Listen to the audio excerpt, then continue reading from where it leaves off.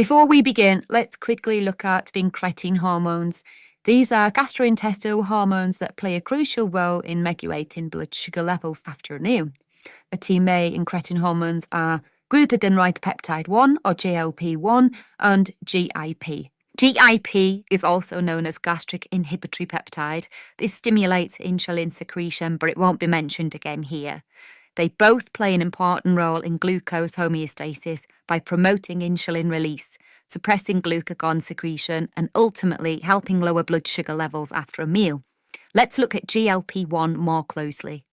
So GLP-1 is released from the small intestine in response to food. It then stimulates insulin secretion from the pancreatic beta cells in response to elevated blood glucose levels. This insulin release is glucose dependent, meaning it occurs when blood sugar levels are high. GLP-1 also inhibits the secretion of glucagon from the pancreatic alpha cells. Glucagon normally increases blood glucose levels by promoting the breakdown of glycogen in the liver and stimulating gluconeogenesis, so GLP-1 helps prevent excess glucose production. Another effect of GLP-1 is to slow gastric emptying, which helps regulate the rate at which nutrients, including glucose, are absorbed into the bloodstream after a meal. This prevents sharp spikes in blood sugar levels following meals. We also have an effect on the brain to promote feelings of satiety and fullness, helping to reduce food intake and control appetite. This is all wonderful stuff, but GLP-1 itself has a very short half-life, about 1 to 2 minutes, because it's rapidly degraded by the enzyme dipeptidyl peptidase 4, or DPP-4, in the bloodstream. There's some information there on the screen about DPP-4.